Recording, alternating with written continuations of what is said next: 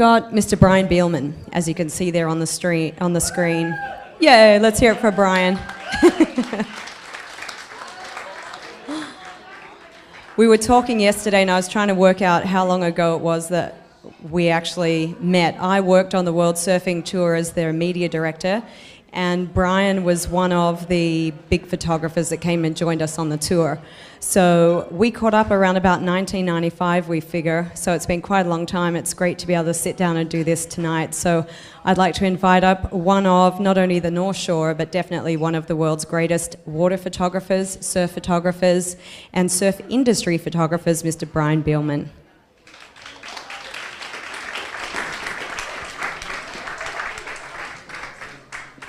All right, Brian. We've got awesome liaison tonight. Thanks very much, Mari. Hi. Good to see you. Thanks. There's Hi, yours. You get that seat. I get this one. How are you? I'm good, but as soon as I got here and I saw it all lit up in the seats, I was wishing I was here to watch somebody else. I'm here to make you comfortable. Thank you very much. And I can't really see you guys here, so I'm going to pretend like you're not here and we're just having a conversation. You've got friends, a lot of friends in the audience. So, Brian, we were talking, and I'm going to work out how to use this thing. This was taken when you and I very first met professionally. We were over in G-Land. That's right, that was the G-Land events, which they don't have anymore, sorry to say, because those were so much fun. That was like, how long did it take us to get there? Like 2 days, taking boats and ferries and canoes and everything else by the time we finally got there. But yeah, this particular one was, I got held up at the airport here because I didn't have 6 months on my visa, which I didn't realize if you're only going for 2 weeks and you didn't have 6 months on your visa, you couldn't go anywhere. So I had to come home, and it was, I think it was like 4th of July weekend or something, and so everything was closed and I was freaking out, and I missed the first 4 days, and when I got back I heard how great it was.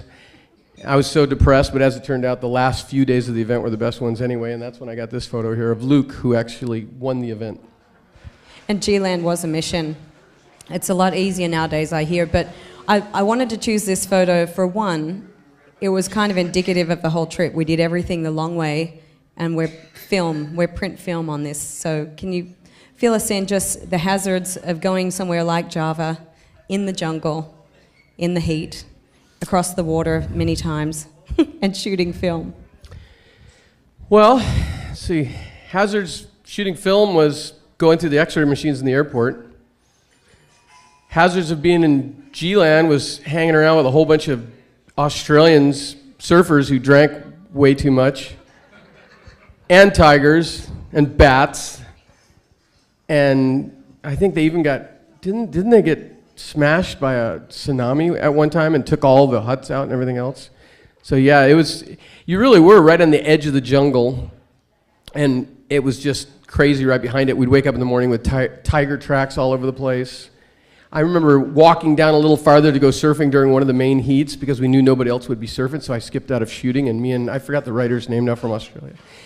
And there was a skull, a human skull, sitting on the edge of the reef. Do you remember that? Somebody got it and started carrying it around the whole, what do you call it, camp, and just doing weird things with it. I can't remember. You don't remember that, huh? Anyway, so there's human skulls, tigers, bats, tsunamis, drunk Australians. Hazardous. Yeah. Well, I didn't choose this shot to try to inspire some kind of a revival of Tommy Carroll tight board shorts, although it might be fun. I have that pair right there. I still wear it once in a while. Hopefully not that high. But this is going back, and I think this tells us a little bit about the longevity of your career and the kind of work that you've done also, because you've been very involved with the brands as well. You know what? This was, gosh, I was like 22 or something, and Quicksilver hired me. I have no idea why me and not somebody else who knew what they were doing, but I ended up doing all the Quicksilver ads for like 4 or 5 years or something, and they used to give me $100 and all the clothes I could wear for an ad. And yeah, Tommy, those were really cool trunks at the time. Tommy was and still is my favorite surfer of all time. I think he's just such a great surfer. And then, of course, these knuckleheads over here, Rabbit. This was when Rabbit, Kong, and Chappie were all hanging out, and then you had Wes and Willie. And this was shot right here at the Turtle Bay. And it was just one of those things where we just walked out on the reef, and they started, you know, I didn't know what I was doing. It's obvious, but that's kind of what makes it so cool. Is it's just you can tell it wasn't set up. Although Tommy, I don't know what's going on there, but yeah, I looked at that middle board and I was like, "There's someone standing behind there. That's a plant." Yeah, I think that might have been. But well, you didn't need to know what you were doing because guys like Rabbit Bartholomew knew totally what they were doing. Yeah. This is one of the personalities that you've shot over the years. This is, almost 30 years ago, I imagine. How really have these professional surfers and the lifestyle in the industry changed? I think during this period of time, which, by the way, I wished I would have done a lot more of this type of photography back then, because now, looking back, the portrait stuff, I think, is the coolest stuff. And I didn't do as much of it back then. Luckily, since I was working for Quicksilver, I got a few shots, and Rabbit is he's one of the greatest surfers of all time. But what was your original question, the North Shore? I liken it to rock and roll music, like back with Jimi Hendrix and all these people. They didn't make a lot of money, and they hung out with all the people, and they were stars. And they just lived amongst everybody compared to then you got into the Fleetwood Mac era and they were driving around, doing drugs and limousines and you know what I mean? And it's almost like the same thing. The surfers back then used to share bedrooms and have mattresses on the floors and they lived just like everybody else. And now, obviously, there's houses on the beach and everybody's, it's like $50,000 a month to rent a house on the beach and put all the surfers up. That's the difference. It's not every man's surfer anymore. They're rock stars. That's the difference. Well, Rabbit always knew he was a rock star. He was a rock star, but he just didn't make any money, so he was approachable. Now they're a little more unapproachable. Well, this is Mark Richards, a four-time world champion from Australia. As a champion goes, you've seen all of the world champions come through since late 70s, early 80s. So how does he rate now amongst the Kelly Slaters and the Andy Irons? When I started taking pictures, he was probably the first real, he was a four-time world champ. And we never thought anybody would surpass four-time world champ. And then, of course, after that, there was Tom Curran, which we never thought anybody was going to be any better than Tom Curran. I don't know if anybody could ever possibly get more than Kelly Slater, but you never know, because we thought that back then. But he dominated. He was a great surfer. I travel a lot with really young surfers now. And it's surprising how many of them don't know. If I go on a trip with them, I say, "Hey, you guys know who Mark Richards is?" They might not know who he is. Pretty sad. Well, it's just how it goes. Look. Well, you could change the fashion that they're wearing, but the wave at Pipeline really seems to stay the same through the decades. How has shooting it changed? The equipment, technology. Back then I was shooting on a pretty prehistoric lens at 2/50th of a second on slow film. Now you can shoot in 2,000th of a second, You don't have 36 photos in a roll of film anymore. Now you have 3,000 photos on a card. So when you swim out the Pipeline, you can stay out there for hours and hours and hours. Where we'd swim out there with a roll of 36 shots on your camera, and you'd get out there and your trigger would stick. And the whole roll would shoot off, and you'd just about have a heart attack, and you'd have to turn around and swim all the way back in. I remember guys would... Actually, there was this one guy from Australia that used to strap a belt around him and carry one camera on his strap and swim with another one so that he'd have, 72 photos instead of, 36. So it was a lot harder back then. You really had to choose if you wanted to shoot something in black and white or color, which doesn't sound like that big of a deal, but it really is. Did you want grainy film? Did you want, high-speed film? And now it's just ridiculous. It's like you shoot it on RAW and you just have a million different ways to shoot it, or to change it in Photoshop. So Photoshop's what's changed a lot too, for photography. Well, we were talking to Bruce Brown, who produced Endless Summer, as you know, and we were asking the same thing of him, and he said, "Man, I used to paddle out with a camera and I might have just a minute and a half of film to shoot, and whatever I wasted on, it's done." So, it's a big effort to come in and dry off and reload and get back out. So do you think not having to be as judicious with your film, as you were with film, has that changed the way you shoot and the number of high quality shots you end up with, or is it just more of an editing headache? Both. Definitely an editing headache. I mean, I'm a crazy shooter. I have 10 frames a second and I'll shoot 20 shots on a wave. Because you get this incredible shot you wouldn't get normally. And I mean, when you swam out with 36 photos, you would really take your time. You'd get to the last 4 or 5 shots and you were holding back. And now it's like, brr, brr, brr, but you end up getting these shots that you would never get. at the same time, if you had one photo back then, because we didn't have autofocus, if you have one photo that was super sharp, it would get run in the magazine because it was super sharp. Now it's like every photo is super sharp. There's so many photos now, it's ridiculous. But, you do with 1,000 people shooting instead of 100 and, 100 times the amount of photos each photographer shooting, there's a lot more to pick from. So it's really tough now. Are you somewhat more protected being a water photographer because the majority of the shooters are on the sand? There's only a handful of you that rotate out in the water. Is it a little bit more of a private domain? You know what? It's funny that lately, and there's two reasons I find myself on the beach a lot more. One of them is I'm getting older. And the other one is that nowadays I'll look in the water and there's 50 guys in the water and there's 3 or 4 guys on the beach. And there's only so many pictures you can get run. So in Hawaii, I find myself shooting much more from the beach. But I do notice these days, it's like if you're out in the water and there's a big wide north set, by the time I see it, I see little butts and fins all diving down all around me. It's like my timing is, I'm a little slower than I used to be, so it's a little bit harder. But when I travel, I do a lot more of the water stuff, just because you're on your own and you have more chance to be kind of creative and things like that. But did that answer your question? I forgot what the question was. Yeah, it's good. What about the provenance behind this one?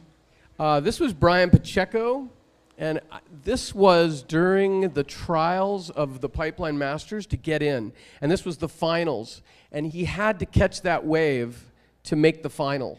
And he didn't catch it, and at the last second he had to pull back, and that's the agony of defeat shot. But even though it was bad for him, I ended up winning a first prize in the Spirit category in the Red Bull Illume with this photo. So it worked out for me. And how was it? I mean, we had some other photographers here during the winter as well. One of them, Steve Sherman, who's more of a portrait photographer and almost a personal photographer to Kelly Slater. So he's there in the heat of the personal moments, real portrait stuff.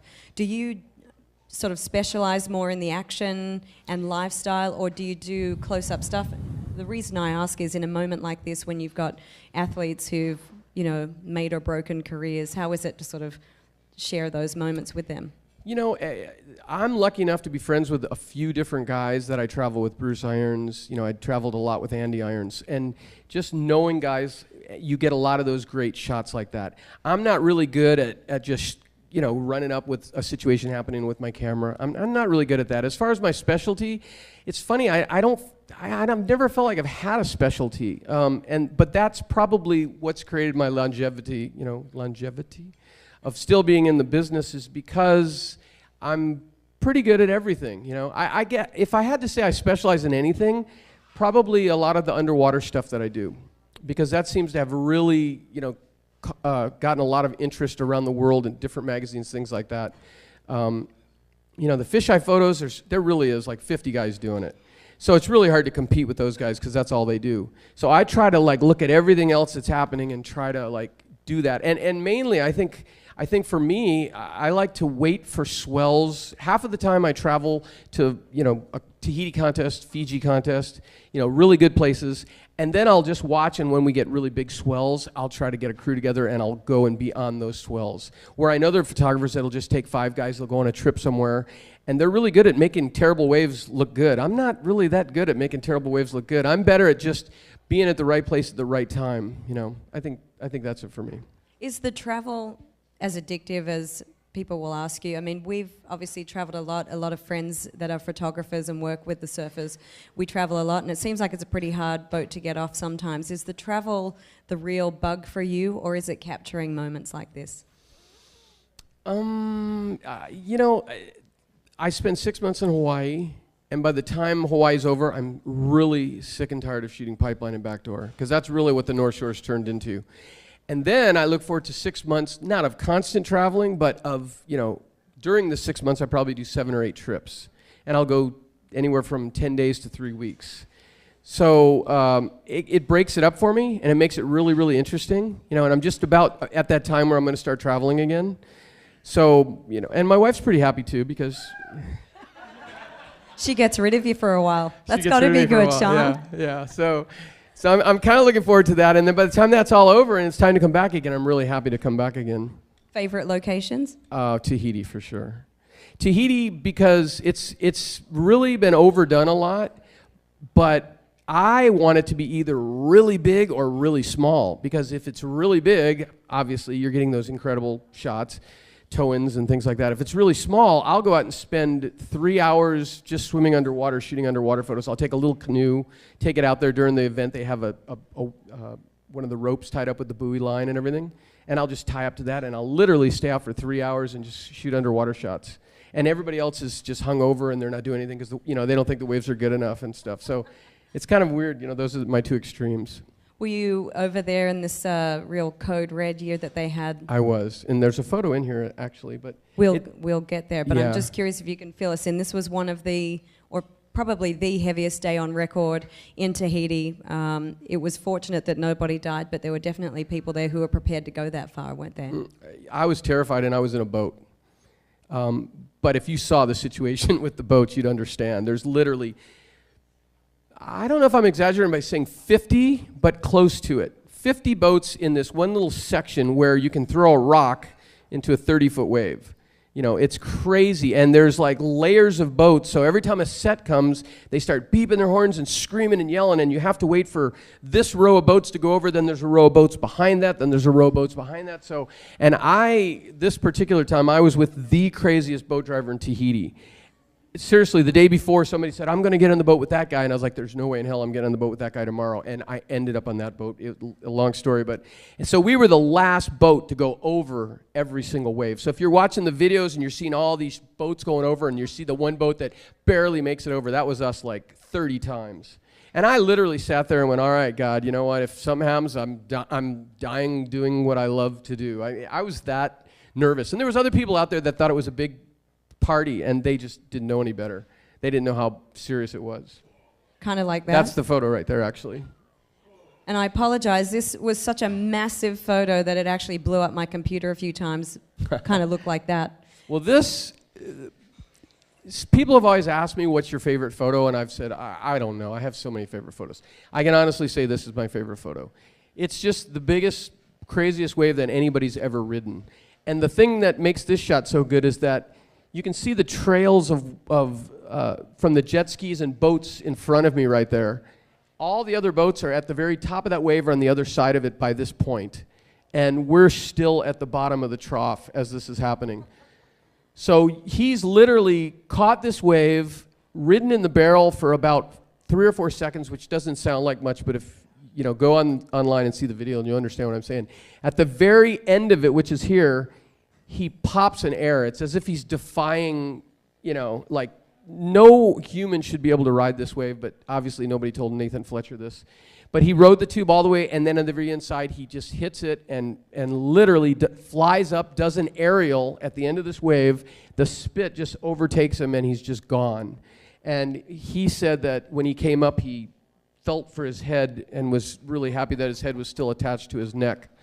But I mean, seriously, this is, you always hear people look at photos and they go, how did that guy not die? And then as a surfer, you're like, oh, they just don't know. He's not going to die. It's not that big of a deal. This is the kind of photo that surfers all look at and go, how did he not die? So, and it's actually being used for the XXL Awards, the poster, advertising the Big Wave Awards for this year. Is that something that could be in the awards? Are you an entry with this Yeah, image? this is an entry also, and they've just decided to use it, to advertise the whole thing. And how does that work? You get a portion of it with the athlete, or? I think one of the winning photos, I'm not sure, because there's a few different categories. The photographer gets $5,000. The surfer actually gets $50,000. So fair. Yeah. So hopefully, I mean, it's funny because there's a couple other waves that are taller. If you start going 1 foot, 2 foot, 3 foot, and that's what's got a lot of the surfers really pissed off, because if they do that and something else wins over this wave, it's crazy, because you need to take into account that it's 15 feet below sea level. It's throwing out 30 feet. It's what I mean. It's the dimensions of the wave compared to just a wave that comes in a big mushy wave and it's steep and they count how many feet it is. So we'll see how it all works out. And how was the vibe in the channel? I mean, when you shot this, did you know you had it? You know what? I looked at the back of my camera, and I saw the photograph on the back of my camera, and I was flipping out, and I literally, because you never know when you look at the back of the camera, it might not be totally sharp, you know? So I saw the image, and I was just seriously praying, oh, please, God, please get me in safe, just, 3 more hours until we go and get me in safe. And then if it's not too much trouble, could I have this photo in focus? So then I still remember getting back to the house and turning on my computer and going straight for that photo. And as soon as I clicked it on and I saw that it was sharp, I was just, thank you, God, thank you. I mean, I was so stoked, screaming, yelling, telling everybody to come in and look at the photo, and everybody's just blown away. Because, there's a lot of photos of this wave, and they're all really good. They're all really incredible. But there is something about this, because it shows all the whitewater behind it. I think it just gives it that David and Goliath sort of feeling to it, But anyway. How many times in your life do you experience a moment like that one where you're sitting on gold? I mean, it's happened, a fair amount of times because I've been with good surfers and really good waves. But this one, it's funny because the magazine I was with, I could not get a cover to save my life. I mean, I'd go on a trip with somebody and some other guy'd be hiding in the bushes and he got a better angle, and it's like it was driving me crazy, and I got this photo and I sent it into the magazine. I said, you guys, if this is not a cover, I quit. And it was a cover, so. Well, this was another heavy moment at Chopu. Can you tell us what went into this? This guy has good sensory perception. Well, this was a few years back. This was another sort of same swell like the Nathan one we just had, but not as big. But what happened on this, it was really, really stormy, really ugly, gnarly weather, and I think Shane Dorian was the first guy out, and a few guys followed him after that. Well, Raymana, who's pretty much the mayor of Tahiti, which is the guy surfing, and Reef McIntosh, who's a good friend, surfer for Quicksilver. Raymana talks him into taking him out on the ski, and Reef's like, I've never driven a ski before. And he goes, no, brother, it'll be fine, no problems. So Reef takes him out, and he tows him into the wave, and he pulls him in, Raymana catches the wave, and Reef starts to turn around to get over the wave, but he's too close to the wave, and the ski won't make it over the wave, and it starts to suck him backwards. He ends up jumping off. You can't see him. He's like kind of on the other side of the wave. But literally, Raymana went through the tube as the jet ski flew over his head. And I mean, it would have killed him if it would have landed on him. I've had a jet ski land on me before, I can tell you. That would have killed him if that would have landed on him. And but he made it, and that photo, it's funny, that thing became really famous along with the video. I think that night the video was playing up at Times Square in New York. And I remember Billabong, here's the other side of it as far as photography side of it, is Billabong came to me because I was staying at their house, and they're like, hey, Bielmann, you're staying at the house. You think we could use that photo for free on the website? And I said, all right, you can use it on the website. Just make sure you give me photo credit. And there was another photographer who I'll leave unnamed, and he was shooting photos for the ASP. Billabong got it from me, gave it to him, and it ended up like literally all around the world. It ended up in Sports Illustrated, it ended up all these different places, but there was like 10 different photo credits on it, none of them which were mine. The one in Sports Illustrated ended up being the photographer's like secretary or something. It was crazy. And it went into a stock agency, and they were selling it everywhere, and it's like impossible to stop it. You know what I mean? I had to go to the ASP and tell them to pull it. So it's like crazy little weird things like that happen, That's the behind-the-scenes stuff, folks. This is beautiful. This is the kind of stuff you're talking about, shooting underwater, which is definitely a bit of a niche, isn't it? Yeah, I've spent a lot of time shooting these. I mean, a lot of photographers shoot underwater stuff, but I really think that I've spent, a lot more time, and I've gotten a lot bigger variety. But this particular one, this is what you're looking for when you shoot those kind of photos, a nice clean face that you can see right through. And this wasn't a very big day at all. This was about 3 feet. And I remember as soon as I shot the picture underwater, I could see how clear it was. And I remember coming up really excited and telling this guy, I just got the greatest photo. And, he's on this 3-foot wave, and he's like, are you nuts, And then he saw the photo, and he was super, super excited. And he's a Brazilian guy, really nice guy. But, yeah, that photo's ended up being run all over the world in all different magazines. And that's Tahiti, right? Yeah, that's Can you guys Tahiti. see the mountain range right in that little pocket behind the guy's head? It's pretty cool. Yeah, the clarity is awesome. And I think that's one of the things about, Hawaii and Tahiti. There are really only a few places on the planet where you can get the color and the clarity that you can with waves. Is that true? That's true. Did you guys notice how clear it is out here right now? The water is beautiful. Hawaii any other day but this week. Without rain. You know, that it's funny because Hawaii actually has pretty clear water, but when you're trying to do these kind of things, you realize there's a very few days that you can do it over here. Whereas Tahiti, there's a lot more days that it's really, really clear because you're way out in the ocean there. It's not like here where everything's close to the beach. You know, you take a boat or paddle for 20 minutes to get outside far enough to the outer reef. So you're open ocean water and it's a lot clearer. But that's why I choose to do these kind of shots in places like that, because of how clear the water is. Is this Waimea? Yeah, this is Waimea Shore Break. This was, I still remember this because back in these days, I was really good at having fun and probably not taking as many pictures as I should have. And I remember this one, a friend of mine actually came and woke me up to tell me how good Waimea Bay was, and so I went down and shot it. And this photo ended up, there was 3 photos in a sequence that ended up as 3 double-page spreads in a surfing magazine. So that was like my first real exciting, like, wow, I can do this, you know? Maybe I'm not so bad at this. And I think this photo actually ended up being on a Midnight Oil album cover, too. And it's funny because they were really successful until this album came out, and then they just, that was the end of, and I really couldn't help but wonder if it had something to do with the cover, but it was called Screamin' Blue. Anyway, you probably never seen it because it didn't sell very well, and the Midnight Oil. Had nothing to do with the photo. Back to Tahiti. This, I always considered this probably the most beautiful wave I've ever photographed with a surfer on it, but this was again in Tahiti during actually the day after the jet ski going over the falls, which was stormy and really horrible and nasty, and this was the very next day we woke up, and it was just beautiful blue, perfect, and a lot of the guys paddled out with their surfboards thinking it was going to be perfect for paddling into, and it ended up being bigger than they thought. So guys were still towing in, but they didn't have all the tow-in gear or the straps or everything else, which was great as the photographers were concerned, because then you got to run them in the magazines and sort of play it off like they weren't being towed in instead of having the vests and the hats and the straps. But Hobgood was one of 3 or 4 guys that actually paddled into the waves. He just sat and waited for the perfect ones, and he paddled into this wave. But yeah, really heavy takeoff and just beautiful inside barrel. And one of my good friends right next to me ran out of film. I felt so bad for him. Bummer. Is this your wife? Mm-hmm. I'm not allowed to say anything to bring attention to her tonight. But yeah, this is, and actually this was probably the beginning, and if you saw the whole photo, I'm sorry to keep stopping myself, there's a lot more to it below and above. It's a little hard, I know, on the screen, but this was shot over in Tahiti, and this is when we first met, and I decided to take her to Tahiti with me. I thought that was, you know, impress her a lot doing that.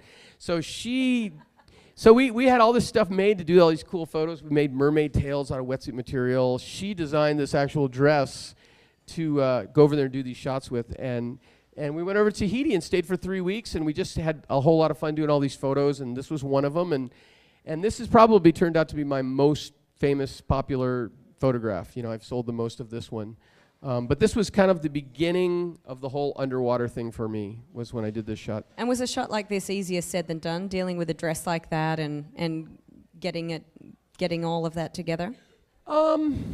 Well, the dress, she just knew she was going to be underwater, so she made it like longer than her. So obviously it's not a dress you would wear out, you know. And she basically just dove out of the boat down below and turned and came up, and as she came up, the bubbles were above her. So it's one of those kind of shots where nobody sort of understands, you know, the bubbles, but that's what it was.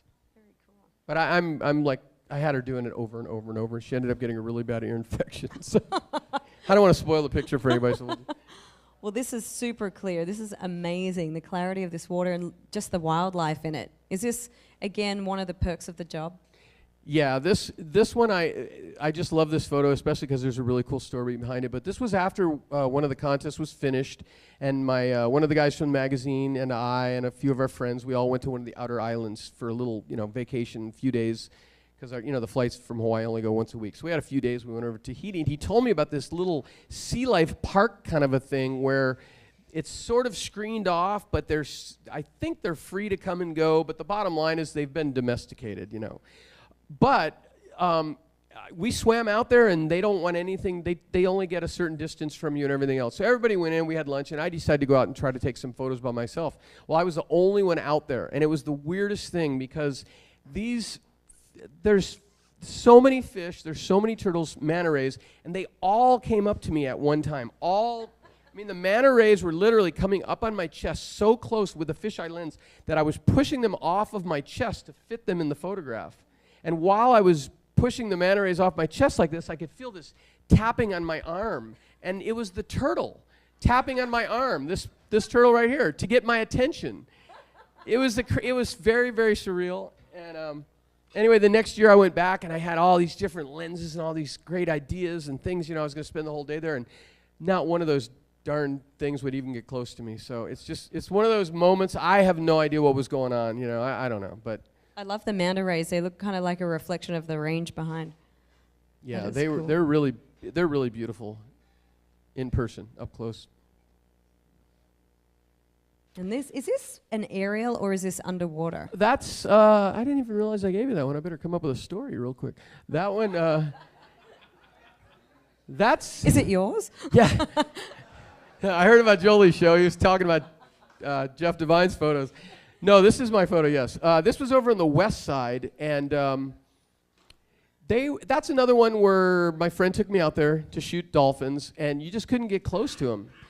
So I managed to get one shot kind of from above looking down at them, and it's, it's kind of nice seeing them all like that and not being super up close. But this was shot on digital, and I just switched it to black and white and kind of gave it a film effect, which you can do that now, I don't know the first thing about photography, so I'm curious to know, when do you choose black and white and when do you choose color? Well, you don't have to anymore, but what you used to do was if it was not real sunny, you'd go for black and white, or if you wanted to have some sort of grainy effect, you know what I mean, artsy-fartsy, So now you just shoot everything raw, and then you look at it later and decide, what you want to do with it. It's a lot easier now. Is it still art? Or is it cheating? It's easier, but it doesn't mean it's not art. It just pisses me off that the guys now have it so easy.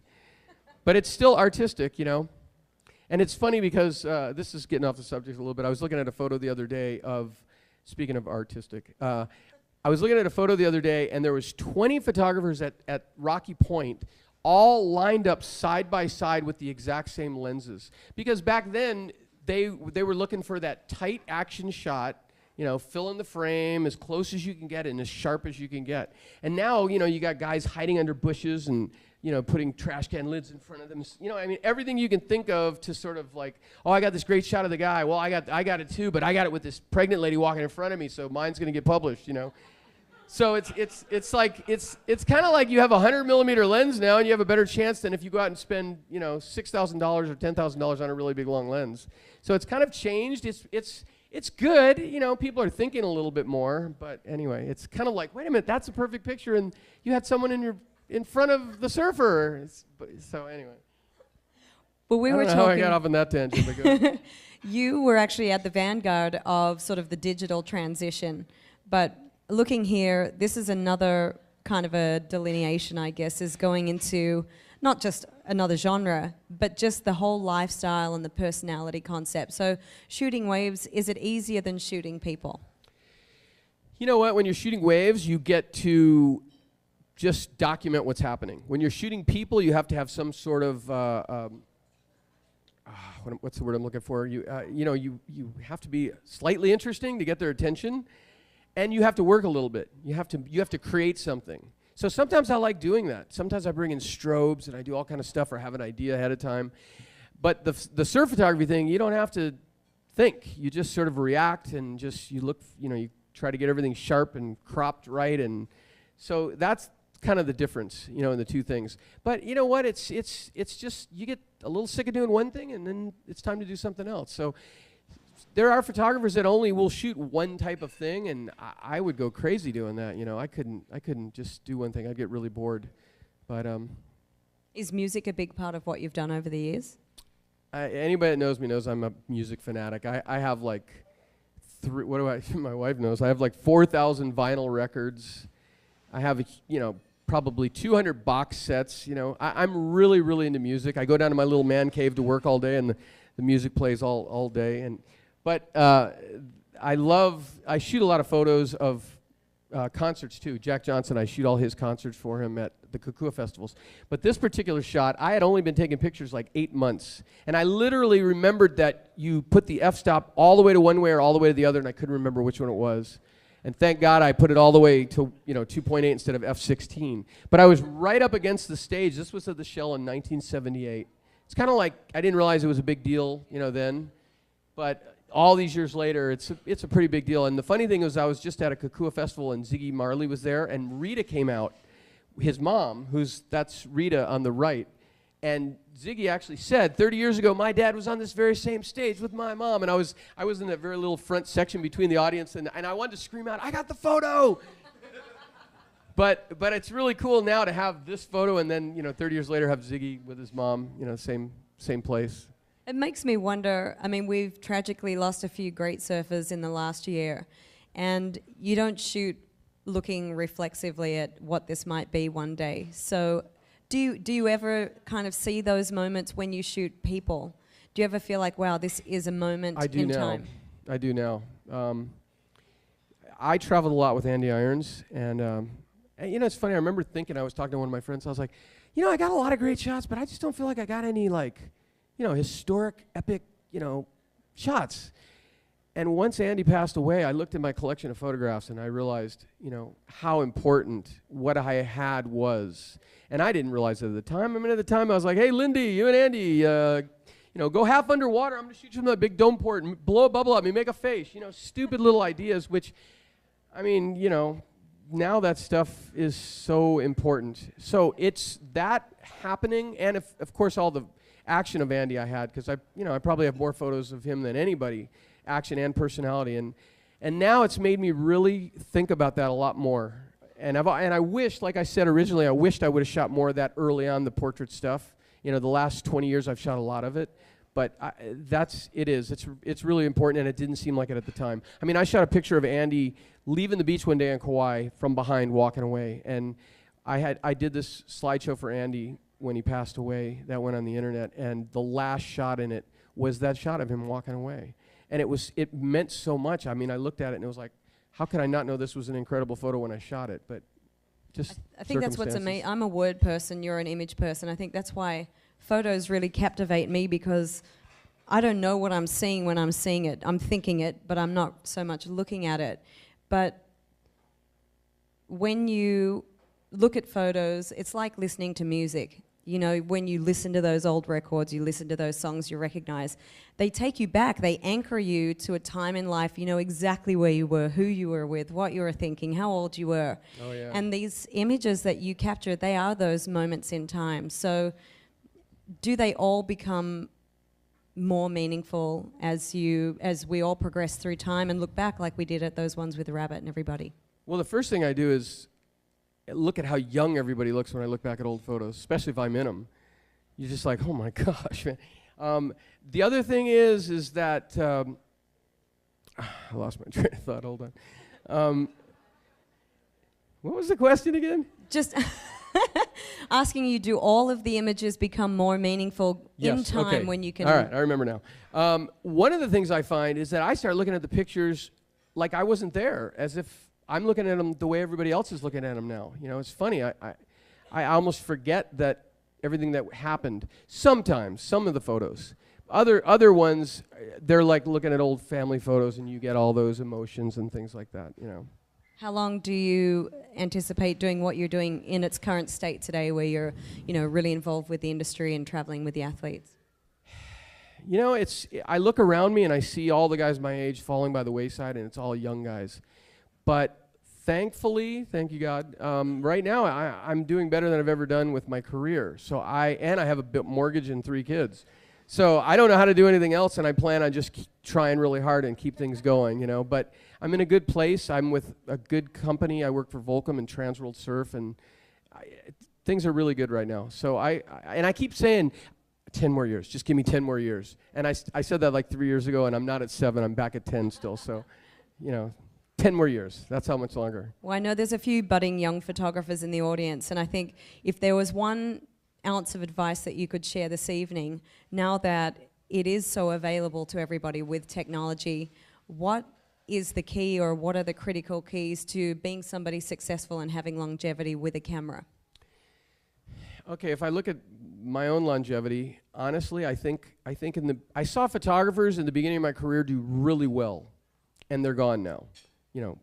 And I think for me, it took me a really long time to actually get good and actually, you know, start getting serious and you know, stop having fun and stop surfing and actually become a photographer. So maybe I started a little later and now it's like gone on a little longer. I don't know. But if I was talking to a young guy, I mean, it sounds really corny to say it, but you really got to love what you're doing. And I see so many guys do it, and especially nowadays, guys are getting, it's so much quicker than when we were younger. I mean, I remember like shooting for 2 years and then I got a quarter-page photo published and made $25.